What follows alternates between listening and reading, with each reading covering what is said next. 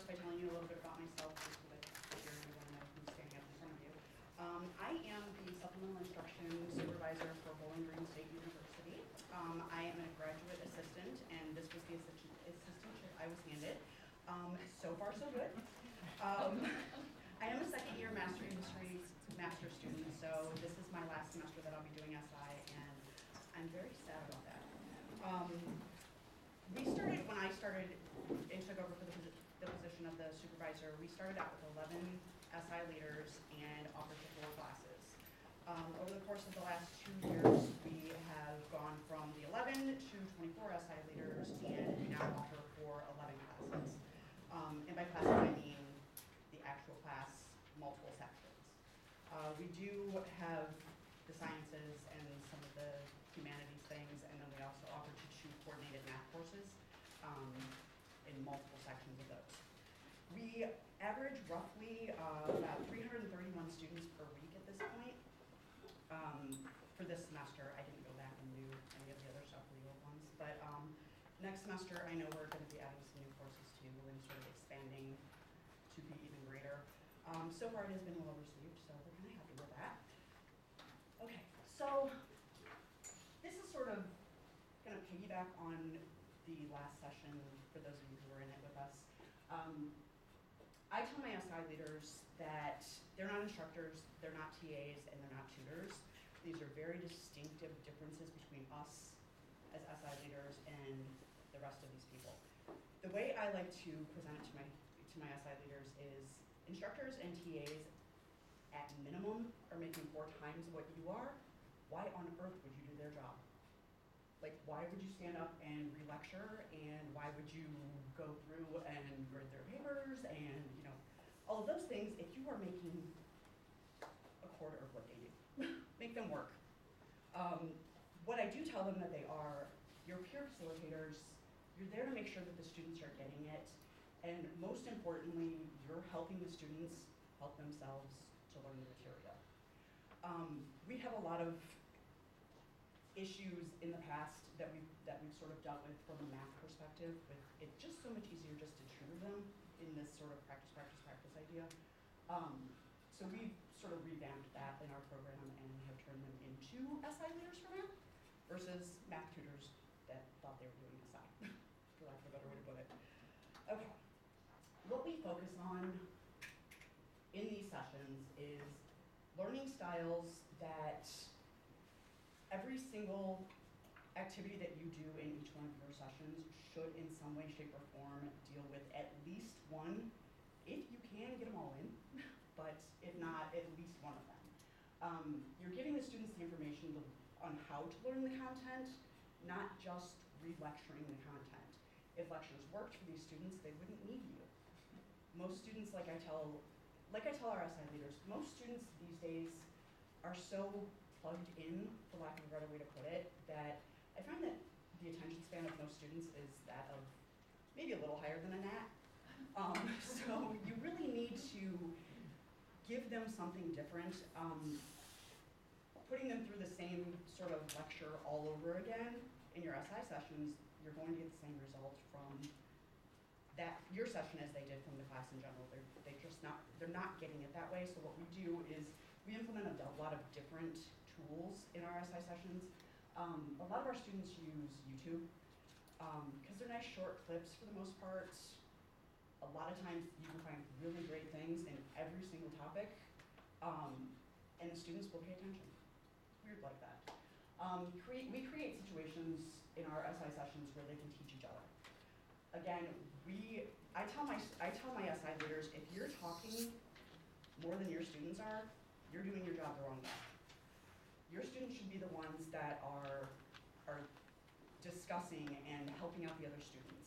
And the 2 best ways that we find to do this is using leading questions that will facilitate the discussion, because a lot of times you'll get up there in front of your SI session and people are just sort of quiet and they don't know what to expect, and they're just sort of like, I don't know, and you'll just start asking leading questions about certain topics that you're covering in class or whatever, which will then facilitate this greater focus and this greater conversation that goes on with the students, to where well, I had this question about this, and then you're like, okay, that's a really great question.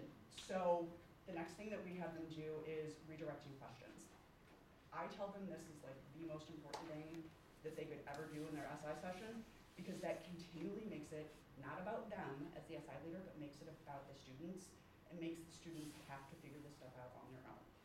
I'm not saying leave them to it, like redirect a question and then just stand there until somebody answers it. Those redirecting questions and leading questions lead to, okay, so if nobody answers, and you're, okay, so if we started out doing this, what would happen next? Because a lot of times you get a lot of students that are just like, I'm so clueless, I have no idea what's going on in this class. You may have language issues. I mean, we have a lot of English as second language learners at BG. We have a lot of English as second language instructors at BG. So it's sort of one of those things where I really have no idea what's going on in class. And you get this, okay, if we start here, what's next? And then it sort of picks up that discussion with the student afterwards. Okay, so the importance of group activities. I sort of picked these 5 things as what I felt was the most important thing that my SI leaders are giving back to the students by doing the group activities that we do. Students are encouraged to articulate their questions and their ideas with other people. Collaborative learning is just that, it's collaborative. Students have a really hard time a lot of times just getting to the information by themselves. We find that a lot of times the issue that we have in our like 1,000 level and 2,000 level courses, a lot of times students come in and they don't know how to read the textbook. We focus on, in the first week of SI sessions, I tell my students the SI leaders, to really focus on learning how to read the textbook, how to pull out the information, outlining chapters. I'm a really huge fan of guided notes. In the beginning of the semester, and I tell them, you know, if you're gonna use the guided notes idea, this isn't an everyday thing, this isn't an every session thing. But I like to use guided notes as, in the beginning, there's lots of information on this guided note. And they really just sort of have to fill in the blanks. Very small things, but they've got the gist of the information. Then, as the semester progresses, by the end of it, there's so little on there other than lines, just lots and lots of blank lines for these people to fill in. But by the end of that, those that are coming to the sessions regularly, they get it and they appreciate it. They're like, I'm so glad that you put so little on here, because writing it down really helps me out now. I also tell my students, my SI leaders, in the beginning of the semester, we have a really short learning style quiz that I tell them, you really should be giving these to your students that are coming in for 2 reasons. One, it really helps you to know what types of activities to plan to hit as many of the students that you have coming in, especially if they become regulars. You know, okay, this person's really a visual learner. I really need to do activities that are going to focus on their visual strengths. Not only that, but it also helps the student, because I think a lot of people in general don't know what type of learner they are. They don't realize that, hey, you know what, it's weird. Flashcards actually help me learn. Because, and you don't know that until you know yourself personally as a student. And I would say the large majority of the freshmen coming in, they just don't. We achieve far more by working with others and collaborating, because we have this greater understanding of a particular topic based on the fact that we've got 15 other people now telling us these other ideas and how they would look at it and how they would do it, and this works easier for me, and I found that this was easier if I studied this way. They're constantly getting new information from everyone. They often learn more and develop certain skills. Certain skills such as test-taking skills, note-taking skills, that sort of thing, because students will just inevitably be like, well, I do it like this. Or they'll say things like, okay, well, when I'm in here, I understand it completely. It's just like when I leave the room, it seems like everything just escapes me. And like when I go home and study, I'm just like, I don't remember anything. Which obviously are keys to the SI leader of what they need to focus on. Okay, so now we know what your problem is. Here's how you work with that. But students, you will find, will do the same thing for them. Students can learn outside of lectures. I would say, unless you are your typical student that comes in, and I think age myself really bad here. Traditionally, when I was in grade school and in high school, that idea of the teacher stands up in front of the class and lectures, and you take notes, and then you take the tests based on the books and whatever. Unless you're that type of learner, I think a lot of students really struggle in the college setting because in high school, teachers are really, really, hey, let's use some whiteboard, or let's do these different activities, let's do these things. And then once we get back into college, we have very old school professors that are still up there lecturing, much like I am. But they're able to apply what they learn because we incorporate all of these things that are more scaled to what and how they've been learning since high school. I have a daughter who's in high school, and I see this repeatedly. I'm not entirely sure how a human being actually does homework and text at the same time, but it can be done. We see a lot of that in our classes too. Students who are texting instead of paying attention, or they're on Facebook and you're sitting behind them on their laptop, and you're just like, how are you even getting any of this? SI comes in really handy for those people. So, I personally tell my SI leaders, and I really do believe this, I do have my bachelor is in history, but I had a concentration on AYA education. So I take the literal term of active learning. I like to see people up and moving. I like to make sure that those students are up and doing things in general. And the reason I do that is sort of twofold. You can't lecture if your students are active. It's very difficult to stand up. If you guys were all like talking and doing your thing, and it's really hard for me to stand up here and actually reteach the class. So that really helps the SI student leaders to not re-lecture. And it also helps in the sense that the students who are kind of studying, especially if you're up and you're moving and you're doing things, they're more inclined to pick that up. So I tell my SI leaders, make sure that at some point in your SI session, you've got an activity that gets them up and gets them moving, whether it's, okay, you, and you are gonna go back here. Get them moving. Not to mention, I also tell them, and I don't know if I mentioned this later, and I don't think I did. Each of the activities I tell my SI leaders should not be any longer than 15 to 17 minutes. Going along with that whole idea of attention span of a gnat. The average person has a 1 minute per year that they're alive kind of attention span. I personally don't think that's true. With me, you've got about 15 minutes and then I'm out. So you need to make sure that I'm engaged for those full 15 minutes or forget about it, like you've lost me completely. And I often tell when I'm telling them this in the meetings, as I've lost most of you, because I can see it on your face that you're looking, but you're not listening. Because I've watched you, it's been 15 minutes, we need to do something else. You need to be sure that you're recognizing and paying attention to your students at the same time. You need to see what they're doing. Like I said, for the kinesthetic learners, they're going to be great moving. For the visual learners, they're going to commit these sort of movements to memory, depending on what type of things that you're doing.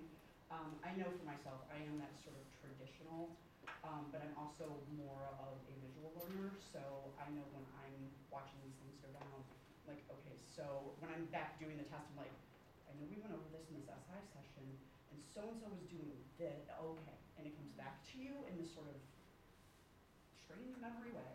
I'm not a neurologist, so I could not tell you, nor am I, I'm sorry? It is. Auditory learners will then benefit also from the group discussions that are going on. Okay. Get them off and moving. And it creates an excitement for the sessions, the content, the activities that you're doing. You find that your students aren't bored.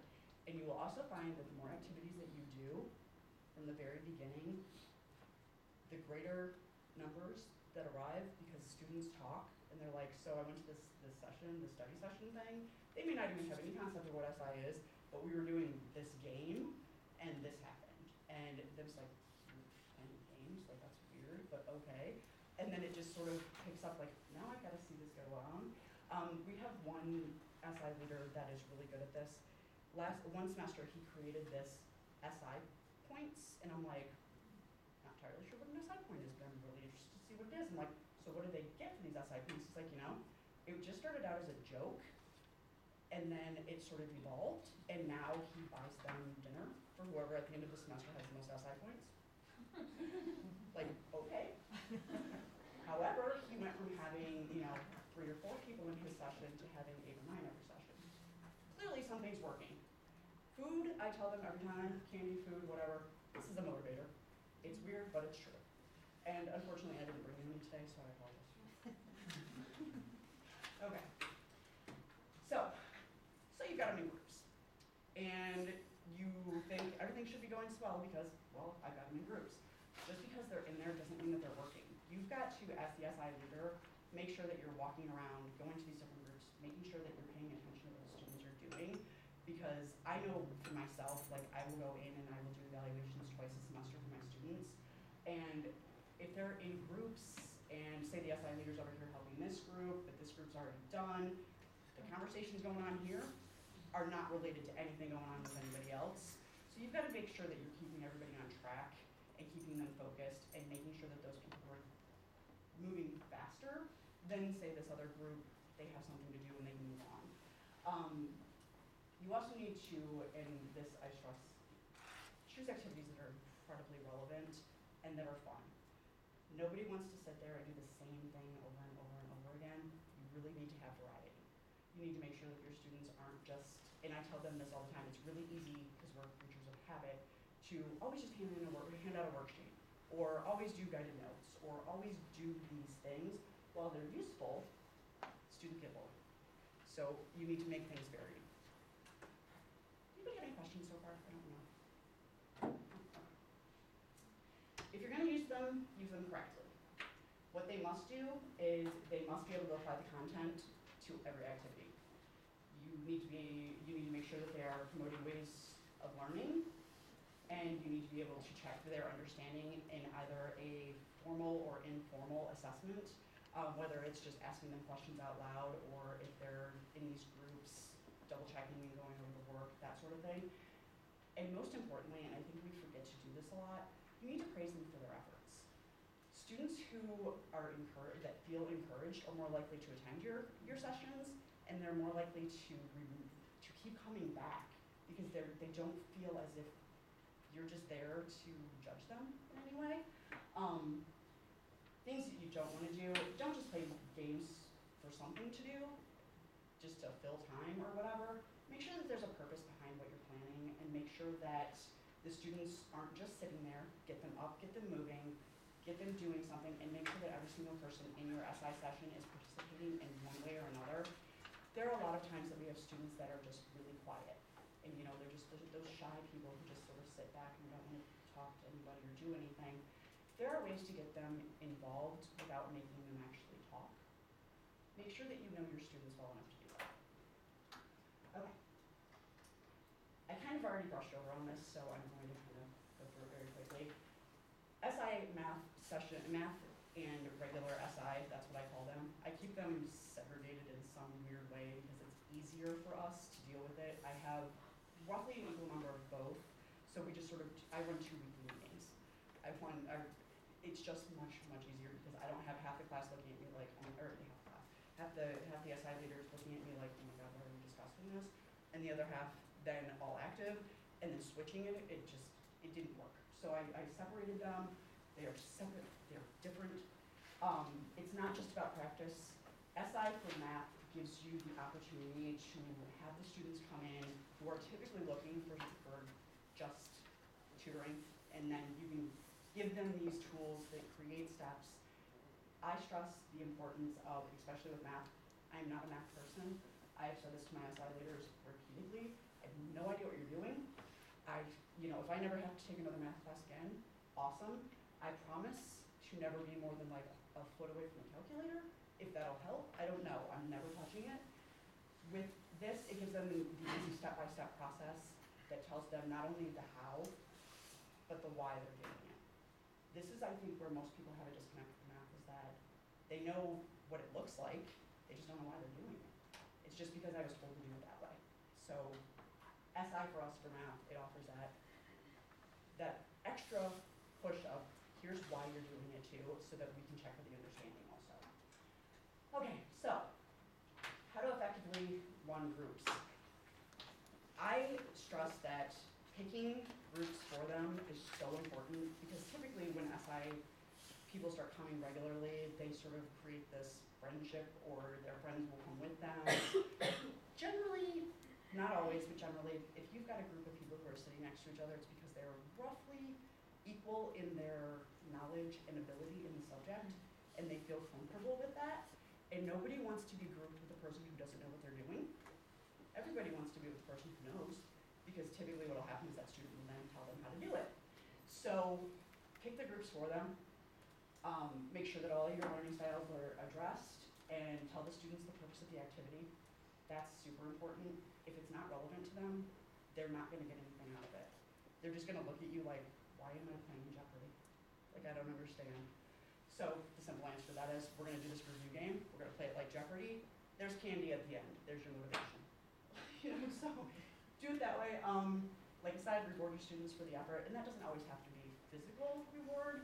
It's just that was a really great question, thank you. Or even if you know somebody is struggling, at the end of the SI session, you know, simply walking up to them and telling them, you did a really great job today. That's all they need. Have fun and get moving. That's really the basis of it. So what I've decided to do is, in a true SI fashion, we are going to do some activities. Okay, so activity number 1, and these are straight from my people, so I sort of stole them, I'm not gonna lie, which is what I tell my students is, this is an open community, there's nothing that's copyrighted, we're stealing each other's work. If you find something that you think is gonna work really well in somebody's session, do it. Okay, so what I'm going to do,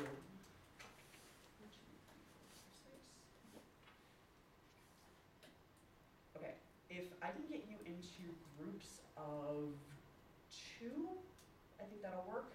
And that was cute though. No. Count off 1 or 2, and then well, that's not gonna work. I was gonna say then I'll separate you that way. This will just get you, okay. We'll do this diagonally. 1, you 2 are together. You 2 are together. You 2. You 2. And here's the thing, in your SI sessions, you should know their names. Unfortunately, I don't know yours, so I'm sorry. Where would it go? Okay. Corner here. I'm sorry. This would work so much better. Why don't you just have it, there's 18 people? There are 20. 20, count to 10 and then another 10. There we go. Yeah. Okay, go ahead. 1, 2, 3, 4, 5, 6, 7, 8, 9, 10. 1, 2, 3, 4, 5, 6, 7, 8, 9. Oh, there's 19. I must have counted these. I'm sorry. Okay. So all the 1s, all the 2s, all the 3s, all the 4s. Okay. 7. 8. 7. All right. 9. 8. Oh, then I was 8. 9.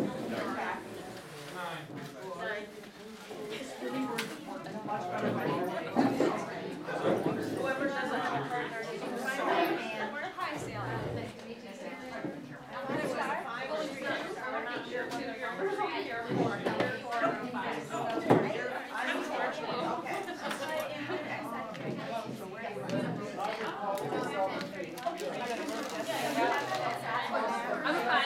5. I'll go with her.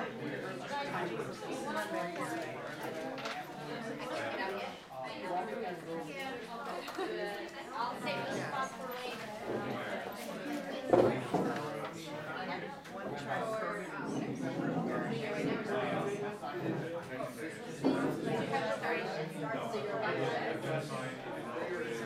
Somebody's got one?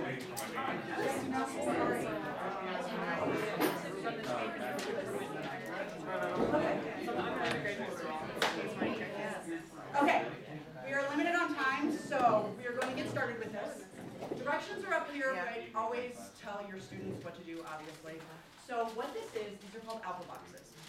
What I wanted you to do is, you will see that it's lettered A to Z, and in each one of these boxes, I want you to come up with a term, or terms, as many as you can come up with. I'm going to give you about 5 minutes to do it. That regarding SI, in any way, shape, or form, Or if you're in tutoring, that's fine too, we'll correlate it somehow. That starts with that letter, like I'll sort of give you an idea. A, activities. We got it right. Okay, so do that in your groups. Come up with as many as you can. They don't necessarily have to go in order. If you can only come up with one per thing, that's fine too. Do you have any questions? I can help you out.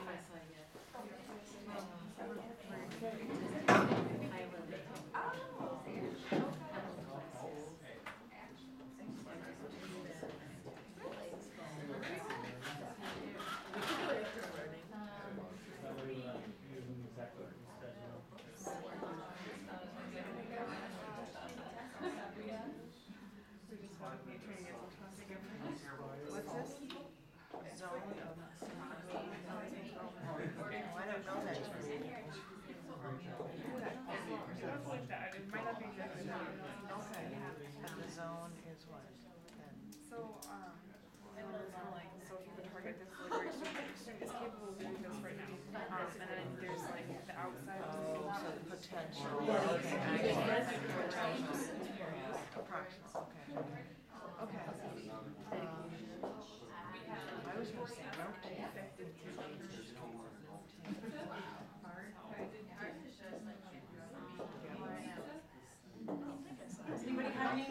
Anybody having any trouble with any of the letters?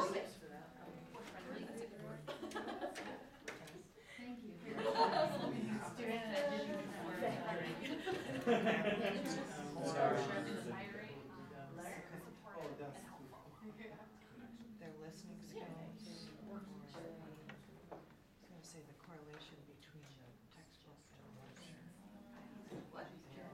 Journey. So, that's what will be on the test. If you've heard it and In you've the read study. it. Yeah.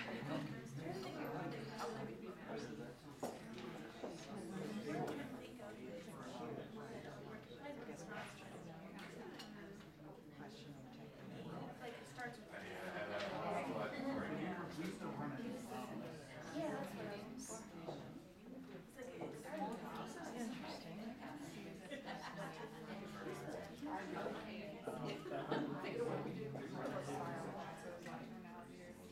Yeah, something where there's a lot of vocabulary. Yeah, you're right.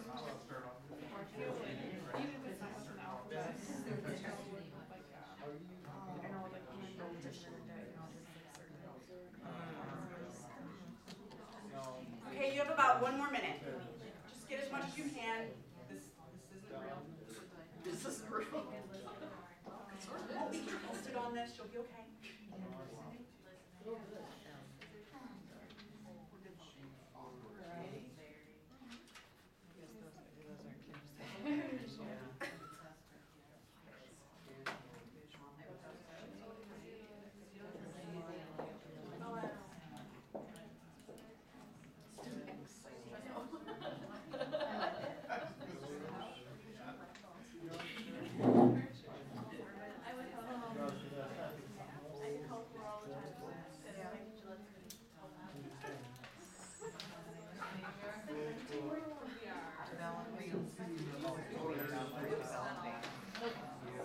Developing their own strategy, yeah.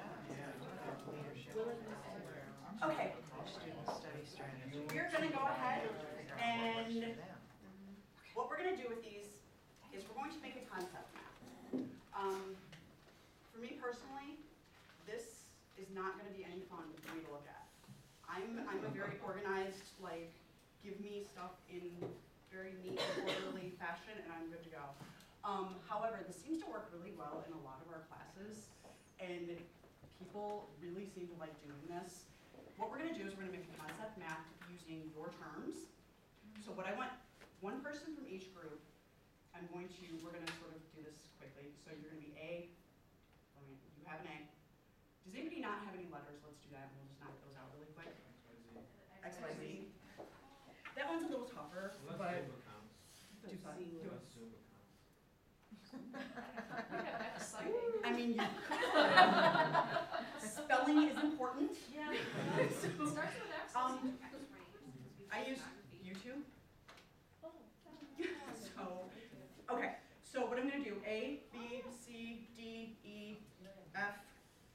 C-H-I. We'll do it that way. So one person in each of your groups. We don't have G. You have G. We're G. Okay. I just asked, does anybody not have a letter? Well, we have a lot of letters. Did you? I'm sorry, I didn't see it. I got sidetracked with the X, Y, Z. Okay. I don't Yes, even we know have what C. she We'll said. try. Take some. All right, there we go. See, nice collaboration, you guys. Good job. That was my seat. So what you're gonna do is you're gonna come up here Um, and you're gonna do your A word, your B word, whatever, okay? And then the other person in your group is going to give us something about that particular letter and word that's in here.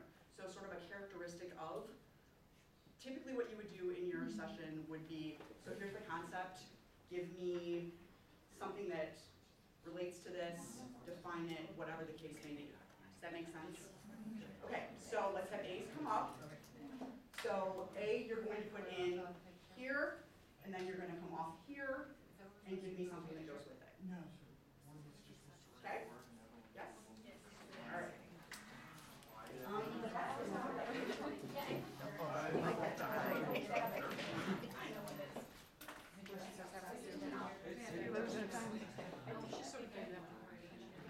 So, no.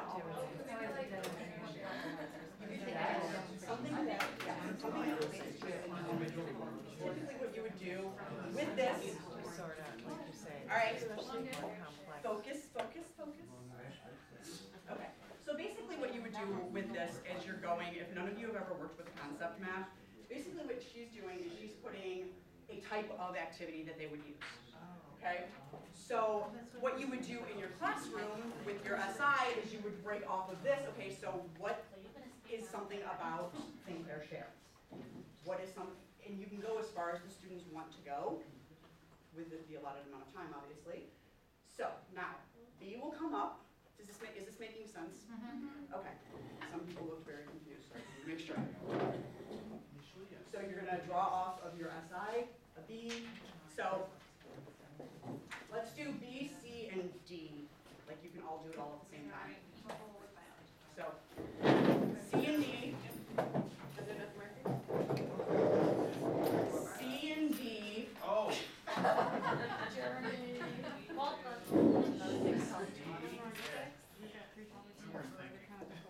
think you're listening, sir. Both.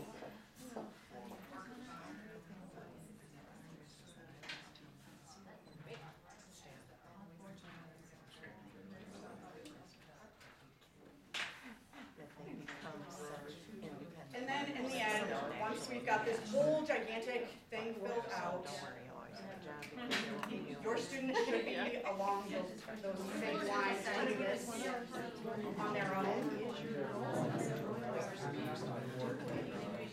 Does anybody have any questions about doing concept maps before we move on to the next one? I'm not gonna bother with everybody unless you really, really wanna do this one and nothing else. A habit. We have a Facebook page for Okay. Or ride sharing, I forget what it was, you know, something that. Okay. Wait a second, I'm gonna start putting the students in charge of it. You almost need to, so you're the only ones that really know how to, well, we need to focus more on like. I'm gonna keep you in the same groups just because it's easier to do so. So, I'm going to give you.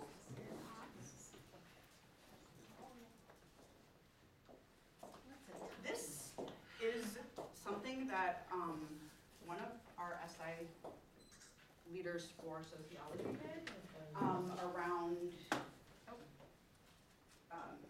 St. Patrick's Day. So these change all the time. She used really early floaters.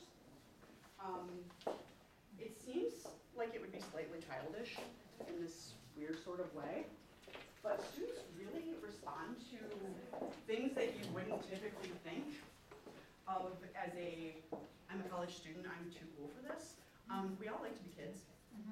And the more childish the activity is, it seems the more they respond to it. So, go with it. So, what you've been given are wings to a butterfly. Up on these two tables, you're going to have butterflies that don't have wings and they need them. They're all plain and they need to be colored in. So, your wings don't match. What you need to do is there are going to be terms, much like this concept map, on there. And what you're gonna do is you're gonna find, at the bottom you'll find like what this particular butterfly represents, you need to match those wings with the butterfly up here. Your wings don't match. So typically what should happen here, you'll have one wing for one thing and one wing for another. Okay? So if you want to collaborate with other people even to see if you have things that match, the colors do not matter.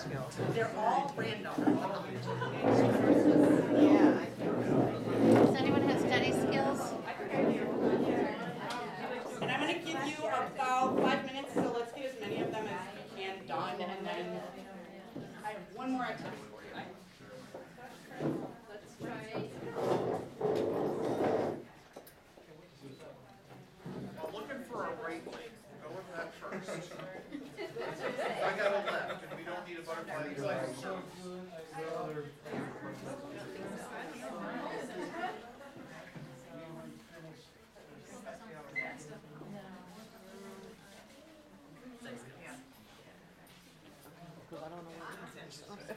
And I did try to pick very specific ones so that they don't have two that they could go to. I should have I followed. Now typically what would happen for this one is that instead of having paper like this, we would do this on the board. Unfortunately, I didn't know what I was going to be walking into classroom-wise, so I wasn't able to accommodate to this. But then your students would just tape them to the board instead. Can there be more than one of these on the sheet? What do you mean? Can there be more than one of these on a sheet? Each butterfly has 2 wings. Butterflies. A left wing and a right wing. Each butterfly has 2 wings. Someone One left, one right.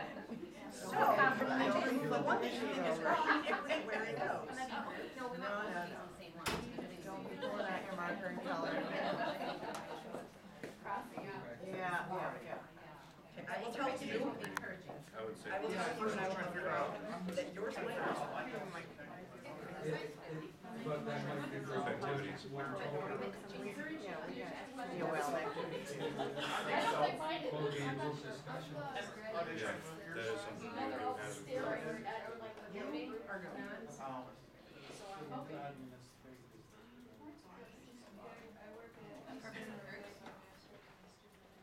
Yeah, that should be there. I had one that had the tutor being able to sequester another SIC. Oh, I didn't know there was another one. Yes, I there's a didn't whole. see these. I didn't see. That's what you're saying. They're different. All right, then. Okay, I was being dumb. everybody can return to their regular seats. The last one is a big. Okay, so like I said, basically what we would do with this one is it would be up on the board, and students would then tape them to the board, and then what we had happen, which was perfect, is if this was in the wrong spot, and somebody's like, wait a minute, this isn't right, you actually had someone else who was like, no, that goes over here. So your groups would actually start working together to fix things, because sometimes they're in the wrong places. So, any questions about the butterfly? Again, it works much better if it's like on the board and everybody can see it. I have the answers if you'd want them, but I think you guys did pretty well. As I was walking around, I looked and were corrected if they were wrong. So. Any questions? No? Okay. So, the point of this activity is twofold. One, it gets them up and moving, and two, we would use this more as sort of a review kind of thing before an exam. It's just something different to do, which is sort of the same idea along the lines of this one. So, what I'm going to do, one more, okay. I'm gonna toss this ball, and whoever catches it, you're gonna take, and whichever number is closest to, did I say your left or your right? Left. Left finger, okay. Next to your left thumb, whichever one is closest, you're gonna tell me that number, and then you're gonna remove the sticker, okay? And then I'm going to ask you a question that you will have to answer. So typically these would be sort of questions that are on the tests or quizzes or whatever that you're gonna be reviewing for, okay? And then what you're gonna do once you answer that is you're gonna toss this to the next person, Same rules apply, left thumb, remove the number, let me know, so on. Any questions? Don't have a projector?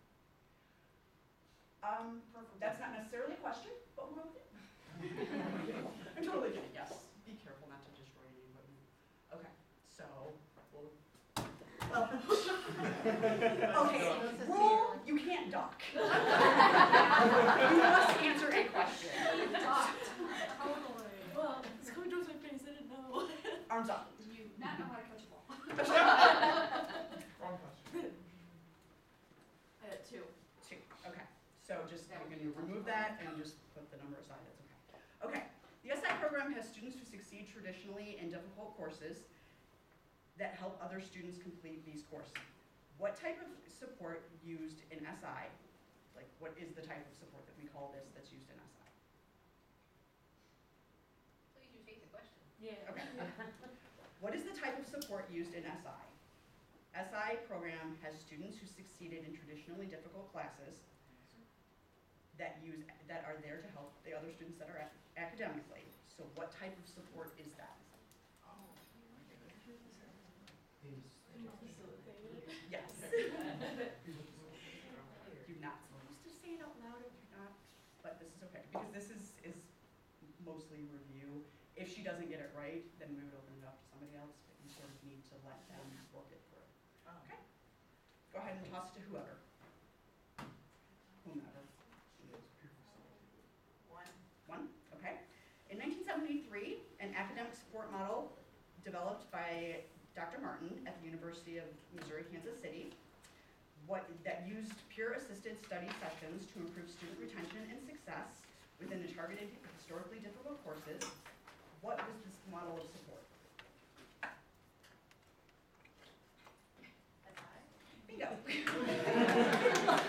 Not three questions. Oh my God, I did sort of vary the length of the questions that you're asking because you're students, that happens on the exams. Like you want to model the type of questions that are going to be on the exams for things too. 4. Number 4, out of class review sessions are led by whom? The inside of them? Correct. You do get. Number 6, what do SI leaders have to do, meaning what are their job responsibilities? Probably not the same answer as on your page, but I would put it as turning on the light bulb. Getting the students to figure out how to learn. I was thinking more literally. Yeah, Okay. How about attending classes? Will that help you? Like, job description of it, yes. yes. That's what I'm asking. Like, what is the job description of an SI Oh, leader? attending the classes, doing your sessions and your preparation hour, and attending your training and meetings. Okay. So. Oh, it's yours. 9. Okay, when SI leaders guide the students to answer the questions themselves, this facilitates discussion and creates situations where the students are actually doing what?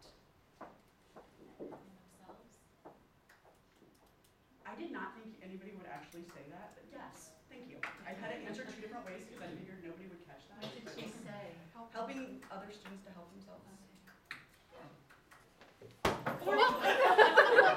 And it helps to keep people actively engaged. 7. Name the 3 learning styles that we typically find in SI sessions.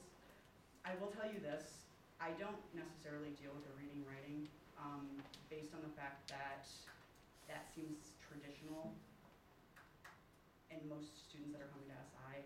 We do it anyway, if that makes sense, so I didn't really address it. Are we talking visual, auditory, kinesthetic? Yes. Okay.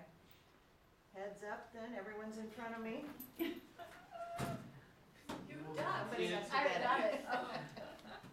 Somebody has to pick that. 13? All right. SI sessions in all content areas should cover the how to learn, but what else should they focus on? SI sessions in all content areas should cover the how to, quote unquote, how to learn, but what else should they focus on?